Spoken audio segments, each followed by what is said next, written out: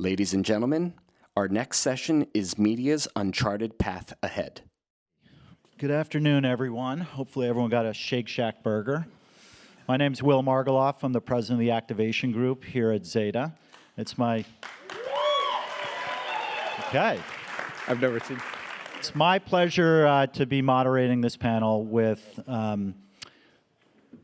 Wow. We got 4 incredible agency holdco executives with us. And as if you guys didn't have to remember this from last year, this was a battle royale last year. This was great. But to my left, I have a few guys here. I'll introduce them quickly. Andrew Meaden from GroupM. He's the Chief Investment Officer. Sean Corcoran, who is the President and CEO of Mediahub. And to his left is the former CEO of Dentsu, Doug Rozen. And looming above us, huge, it's like Big Brother, is Dave Penski from Publicis Group.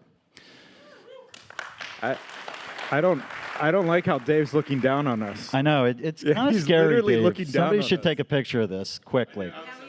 Okay. All right, so lots of topics. We'll start off. We had a discussion earlier this week about things we were going to converse about or argue about. And I thought I'd start it off with hype or hope. And by that, we love shiny objects in marketing, right? We love it when something new comes along. So there's been a lot in the last year. NFTs, anyone remember those? Blockchain, metaverse, right? Remember how cool metaverse was going to be? Maybe you guys can talk about some of the things that are hype and some of the things that are hope, and that you guys are concentrating on with your teams for 24. Does everything have to be hype or hope? Are there any other categories? Shit. Bollocks. Okay, go ahead.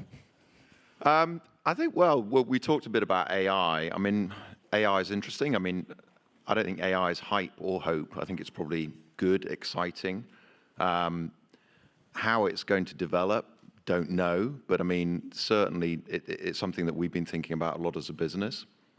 I mean, we've been using it in a very sort of limited way, if you like, a kind of narrow AI way over the last few years with a sort of targeting tool we have called Copilot. And that's been in a sort of fairly limited way. But I think as we go forward, we think the sort of applications and where it could go, are going to be huge. I mean, we're very conscious that we need to sort of modernize our business. We think that our business is still very people heavy, particularly when we look outside of digital, outside of programmatic. It's still, the AI at the moment's Excel, basically. And we need to get away from that. We need to look at getting much more automated when we think about linear media particularly. And I think AI, in the past, it's been too expensive to look at things like developing our own technology, our own software, stuff like that. But AI, particularly generative AI and the facility to do coding and build programs and so on, I think that makes lots of the stuff that we wanted to do in the past quite possible now. So I think, yeah, it's exciting. So I wouldn't say it's hype or hope. I'd say no, it's definitely the future. Sean. Yeah, I think last year I crapped all over the metaverse and this stage, whatever stage we were on. And, I think it's because I had spent something like 8 or 9 months answering questions about it from every senior client we have. But I think the thing that's kind of interesting is that on the hype side of things, we're in this industry, I think, because it can be fun and exciting. I think sometimes we grab something and go, holy, look at this. We're like Tommy Boy, grabbing the, and it's just like trying to get excited about something and we just go way too far with it. But the metaverse, I'll actually weirdly defend it now. I think now it has, and you said this, can we rebuild it now? Major League Baseball just did a whole stream of a game where they rebuilt it in a metaverse kind of opportunity. I think that's now we have the opportunity, I think, to start to work with it. It has lower pressure, but it came out too much, and we do this. We go on these cycles like QR codes, as much as it is annoying to go to a restaurant and see that damn QR code on the table. We found a use for it because we were so excited about it 10 years ago, and then we forgot about it, and then it comes back. So there is an opportunity with all that. I just think, in this industry, we're looking for magic, and I'm going to be honest with you. If I have one more conversation about a clean room, I might kill myself. I mean, it's just, it's just, no offense to the clean room people. And like, I love data. Zeta does great data. So does, a lot of, companies out there. I love the kind of plumbing and the data side of things. There's so much excitement around that. But we're all looking for some magic in this industry because I think most of us got into it, to do that. So I do think that's the part of it. What am I hopeful for? I mean, I think AI is exciting, but I do think it's now going to go through its process of, wait, I couldn't create 1 million ads in a minute. That makes sense. There's some compliance problems to that. There's approvals problems to that. That's some inaccuracy in that. Like, we're going to go through a generative AI process, and everyone now has an LLM or has some kind of deep learning. Suddenly everyone has all that now. You're like, oh, where'd that come from? But I will say, like, machine learning has been hanging around in the background for a long time. So I do think there's going to be this kind of continual use of technology that we can get excited about, but it's just the cycles we go through, and I think it's actually just something we have to get used to, and it's who we are.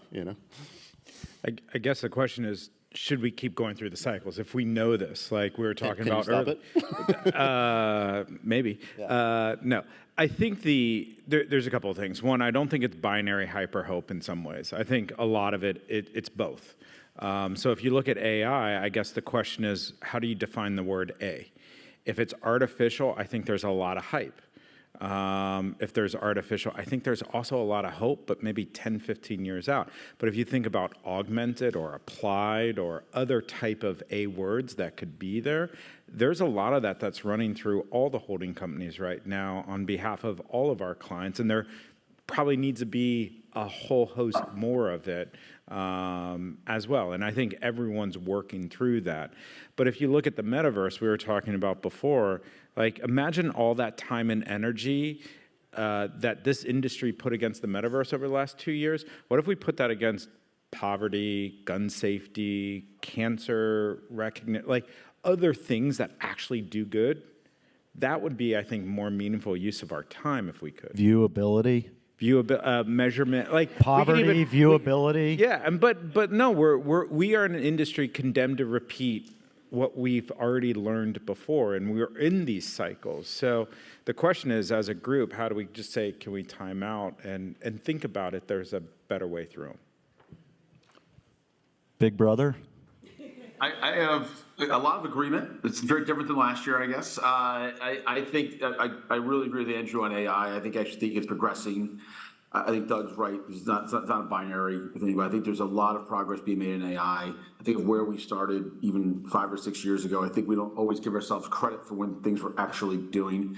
Depends how you look at custom algorithms, other places that we are doing automation. I think that most of the linear media is on decline, and it's moving towards connected televisions and automation. So I think we're actually making quite a bit of progress. It's just how loosely you want to define AI. But I do think it's something that we need to continue to invest in, and I think it's going to see progress. And I also think that for a long time, if we look at all of us work in holding companies on the media side, where we've seen actually pretty incredible growth in our careers. If you think about where any of us started, we're talking about a average growth of 10% a year for the last 10 years. It's an incredible growth. On the creative side of the business, it's been struggling to get 2% growth. So I do think that AI is something for that side of our business that's exciting. And I think that's probably the biggest challenge on the creative side is going to be the approvals. I mean, I think clients, it sounds great to have, I think it's a couple of people said it, 1,000 assets, but how do you approve 1,000 assets, and how do you get governance around that when some of those are pharma, some of those are finance? These are not easy things. Even if everyone agrees it's a beautiful ad, it looks great, is that something we really can do? So I feel pretty positive. I think I'm going to, the metaverse. I mean, we always have something going on like that, so I don't want to overthink that. It'll hopefully at one point be 0.01% of our revenue, and that would be a huge accomplishment for the metaverse. But the rest of it, I actually think we are making progress, and we're getting there, and it sometimes takes a bit of time, more than we think. But I'm excited for AI, specifically on the creative side. We've talked about DCO for years, and it's actually, I think, the first time we can really do this in a more meaningful way than we have in the past. Okay, so we're going to do like a snake draft. We'll go right back to Dave, so you're not waiting around. Talk to me a little bit about CTV and the importance of CTV. We talked a lot about it last year. I've gone to a bunch of sessions today and not heard anyone talk about it, which is amazing to me. Is that because it's just part of every plan now? or it's not living up to what we thought it was going to do? Certainly, I think it's living up. I think it will improve, but certainly from a amount of inventory that we have that we're able to target in a more personalized way is improving. Again, if we look at things year to year, you don't see as much improvement. If you look at things from a 5-year period, it's a massive improvement. I think sometimes we look at things we talk about it should be fixed the next day, but if you go back 5 years, we've made an incredible leap forward in CTV, advanced television, whatever you want to call it. But the ability now with the streamers coming in, able to target that way. I think last year we talked a bit about Netflix, and that's been a bit of a dud. But I think that we've seen growth in the others, and actually Amazon going now with ads. You have to opt out of ads. I do think that there's a real put forward, whether we call it connected TV or not, but really the ability to do audience-targeted television, audience-targeted video at specific audiences is prevalent on every plan. I don't think we have any clients that aren't at least doing something in this category and seeing value from it. I think one of the things to pay attention to is as more, I'll say, addressable television, be it connected or programmatic, it doesn't matter. As it gets more, as video gets more addressable, you start to move away from panel-based measurement into more signal or more clear and better measurement opportunities. And I think that's what's putting a lot of heat on all of the conversation around, be it measurement currency or what have you. So I think there's tremendous upside on that. The other thing I'd say that's really interesting about the CTV space is how you can align it with other touch points in the overall customer experience. So direct mail lined up with video drops, email, display linked with all of these activities. I think that's what's getting more interesting is a better customer experience for us versus a cookie-based experience that was shitty because you'd have those shoes following you around for 3 weeks after you purchased the shoes. Do you know a company that can help? I've heard it starts with a Z, I think. Yeah. Yeah. Sean? Yeah, I think Dave's right on the 5-year thing is a good way of looking at it because TV's just going through its change. It was kind of the last kind of bastion of holdout against digital. When you start to see, obviously Amazon, Google, Apple, all big in sports, I think that's a big signal to the space that we've moved to a new place. Like the NBA is going through their deal now. They're a client, but I won't say, I don't know a lot, but I think they're probably going to see some of that too. So we start to see kind of, this shift towards something different in the TV space. And what's interesting to me is I think CTV's probably just become part of the plan. That's very true. I mean, you try to go in up front with any of the big, networks or whoever, you're going to get a big chunk of that. I think you saw a lot of the freebies, let's call them that, because the nerdy TV word doesn't work well, but like whether it be Tubi or Pluto or any of those guys, they've exploded, and that's been somewhat quiet in terms of that. You see some of the streaming, which is now about half of all viewing, and YouTube's actually the biggest app there. So I think you're seeing the consumer drive the whole thing in that direction, and that's what's making the change. And I think what's really fun for me is you start to look at like NBC building an ID, or Roku partnering with Spotify to bring Spotify connected TV ads out, or Roku making, it used to be that device, it still is that device sitting, next to your TV, actually making content. So you're starting to see everybody kind of proliferate into each other's spaces a little bit, and that's really another reason why I think the TV is changing, and that why you think about connected TV, that's kind of a narrow term, which so you have the addressability, but I think you also have this kind of landscape that's just completely changing. And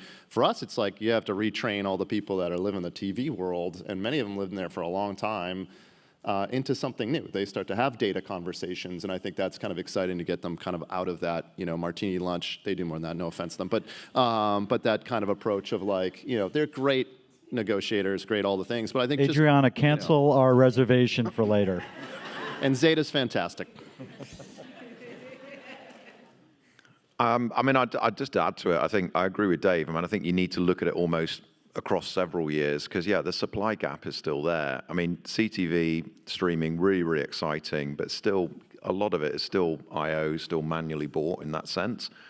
I think there is a big challenge in terms of convincing broadcasters to make it available programmatically, and I think they're concerned about things like price that they're going to realize through it, worries about the auction, what that might mean. Also as well, the tech costs that are involved and the layering in of those, on top of it. So I think that's where, as agencies, and with clients, we've got to prove out that it is worth them doing that and also worth paying those tech costs on top as well. Because, it's obviously very, very cheap to book an IO campaign in that sense. But I think long term, yeah, clearly that's the future. I mean, I think it's just going to be interesting to see how it works, because I think, historical CPMs we have in linear inevitably are going to rise now because there's going to be less supply. It's going to be showing to clients, right, you're going to have to pay effectively what looks like more money, but actually you're getting a higher quality impression, more engagement, less sort of clutter around it. However, if you're looking at historical CPMs, it still might look expensive in comparison, and that's quite a big intellectual leap, for some people to take in that sense, because, it's tricky. If you're a client, you're having to go back and justify that. No one wants to look like they're paying more, so it's a challenge for sure. But yeah, I mean, very, very optimistic about it, but I think still a lot of stuff to sort out. Well, one thing that I think is important to not forget is, like, I got a 16-year-old at home. He doesn't watch TV in the classic sense of how we think. What I mean by that, he doesn't watch episodic shows. And if he does, it's on the background with 13 other things going on. So I think one of the things we have to start paying attention to more is how people are now consuming video and the role of other types of video, digital, social, what have you, because there's a whole generation right now that isn't watching long-form video.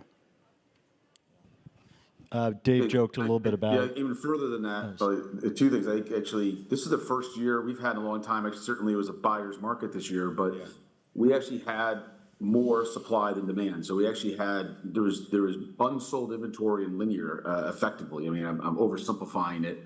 But if you look at it that way, I actually think this is, so we'll see where the trend goes. And I think Doug's right, is these younger viewers aren't watching linear. How do you then fill that audience? And I do think this is going to be interesting to see how all of this plays out from each of the kind of big networks. But I do think we're likely to go back into it's just to be 4 or 5 large players that control the market. This might be different ones than we were used to for the last 20 years, but it doesn't seem that far away from the Amazons, Disney, Warner Brothers Discovery, and then a couple others. And whether Apple's a second player or if it ends up being Netflix coming through with commercials eventually, we'll see. But it is interesting for the first year to have actually, even though the ratings declined, demand actually was below, was quite a difference for us for the last, 12 years since 2008. We've had the opposite way where the demand far outweighed supply. So I think it's also proving out all along this CTV, whatever we want to call it, advanced TV journey, the value of it. So does that mean that you're going to see rising, because it's counter to what Andrew's saying, rising CPMs on the CTV side and declining in linear? I'm talking about CTV and streaming. Yeah, I mean, definitely. If you look at linear, yeah, absolutely agree. We've had a very soft upfront in that sense, and for sure, for lots of reasons. And clearly, linear is getting older, less exciting for the clients we have. So, less money naturally wanting to go there. Yeah, for sure. Except live events, sports. Yeah, except sports live. Yeah, those can get locked up. Yeah, I mean, but that's what we're fighting over in a lot of ways, is just placement and CPMs in those. I think the rest of it is less valuable. Yeah. I always talk about baseball as a live sport has been hurting to a certain degree. They're doing better than I think people thought they would be doing, but they're hurting a little bit. But if you actually lock, like Apple TV starts to lock some of that up, and there's this huge casual fan base that creates reach, not just for Major League Baseball, but for advertisers, for example. Hockey's another one, where they're being bought up by these streamers, but those streamers only have, like, what's Apple TV have, 25 million subscribers? So if you're a baseball fan, a casual baseball fan going, do I need to watch this now? Or am I going to go back to TikTok and start looking at a bunch of videos? What happens then in our opportunity for big reach? And I think that's kind of the opposite side, the inverse side of when you start to look at TikTok and you go, everyone else is paying attention to Tube Girl and, you name the trend. I was like Goblin Core. We did a survey. We asked people over the age of 40 who Bad Bunny was, and half of them thought he was a cartoon character. And we're like, so you add in like diversity on top of that, because that's like one where a lot of people are like, whoa, that guy's got like a couple billion listens on Spotify. So we do have, you talk about fragmentation. It really is, there's like a line probably around age 24, 25 in this country, and it gets blurry probably in between, but we're not even talking to them, and it's a problem. I know Dave was talking about Netflix. Is anybody recommending to their clients that they purchase Netflix? How many people here? How many people elevated here use CPMs? the ad-supported version of Netflix? Dave. There's not. Maybe there's 3 hands raised. 1 hand raised. Do you work at Netflix's Netflix? media agency, I'm going to point out the people here. So I fully support Netflix's just for my ad-supported friend from home, I think that's the point. Like, listen, I think they have a really interesting proposition. We all probably think there's an interesting proposition, but you need an audience in order for that proposition to really have value. And when they came out, I think they created a lot of intrigue. I think the hope is that they continue to aggressively roll out the transition around, subscriber growth in the ad-supported platform, but it hasn't really been there. I think there are other places that have larger audiences that you'd be surprised by. Yeah, I think it will come. I mean, I think obviously they're being careful because they're worried about cannibalization and so on. I mean, the Amazon stuff this week was interesting because they've kind of gone the other way and just said everyone's going to get ads and you'll have to pay more to get out of it. And I think that's probably a much safer way to do it. I mean, yeah, with something like Netflix, much more premium service, I guess, then maybe that was hard for them to do. But yeah, it'll be interesting to see. I mean, I think by their own admission, it's a kind of slow burner, but it will come definitely, I think, over time. I think Netflix is the best out of NFTs, NHL. I know you mentioned Sean NHL. I think NHL will be hard. I feel stronger about Netflix than the other two. I think it will get there. I think if this Amazon maneuver works and people don't opt out or they're okay with it and they get real numbers, then Netflix could try it. It's actually pretty nice for Netflix to see someone go through the pain of making people opt out of ads in a major way. And I think it's going to be a really interesting test once that rolls out, because if they add in, that can become bigger than any cable network, Amazon, immediately if it's an opt-out program to Prime. We're talking about 60 million people that are not opting out, and we know consumers are very bad at opting out of things. So I just think it's if you look at all the things we're good at, is getting consumers to opt out is almost impossible. So I do think that those people just watch the ads and deal with it for a while. All right, we've got a few more minutes. We've been talking, I don't know, for like 2 years about a recession.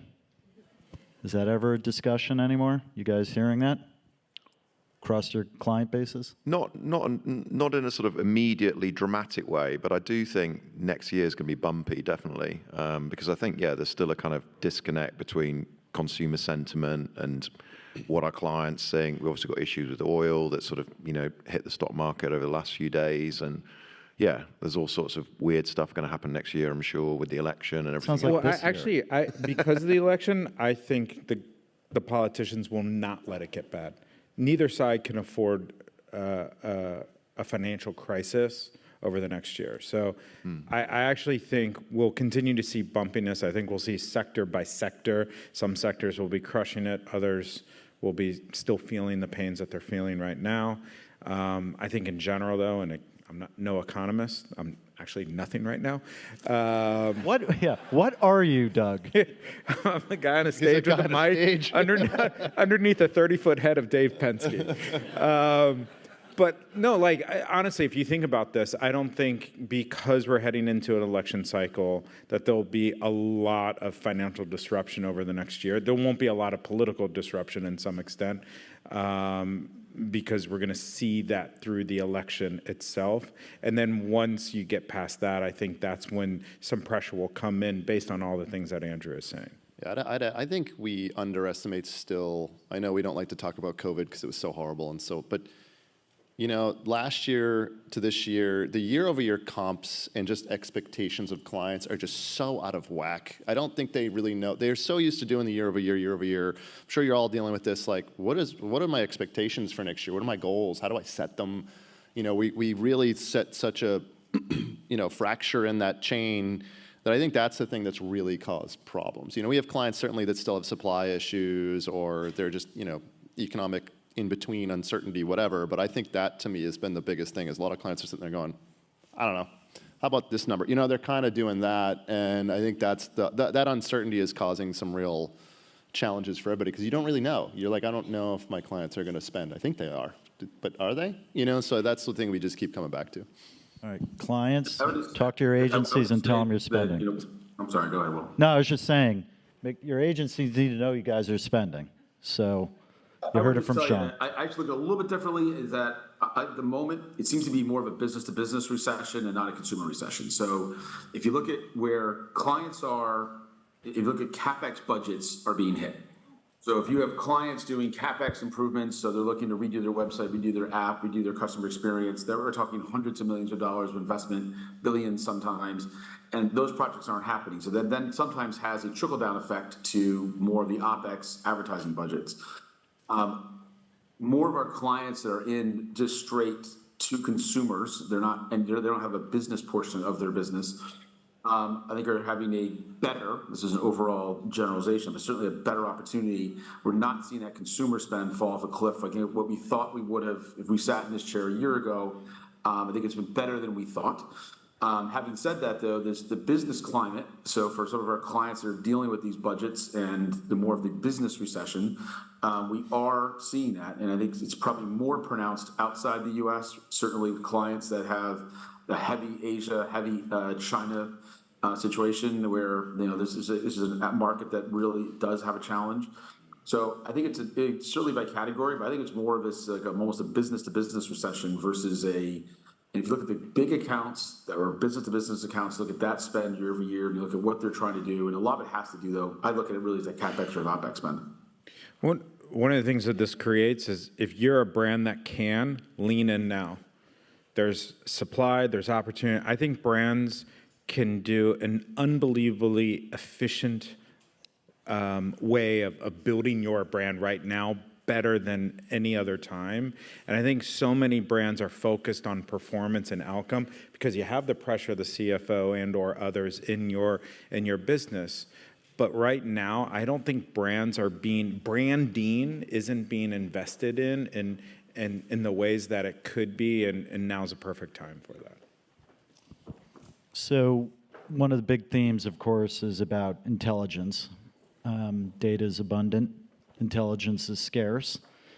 How do you guys use data to be smarter with your clients? And where are you getting data from? And, are there tips you guys can provide to some of the folks in the audience about the best ways to, I guess, streamline where your data is coming from and then, refine it along the way? Is this where we're supposed to say some of the best data we get is from Zeta?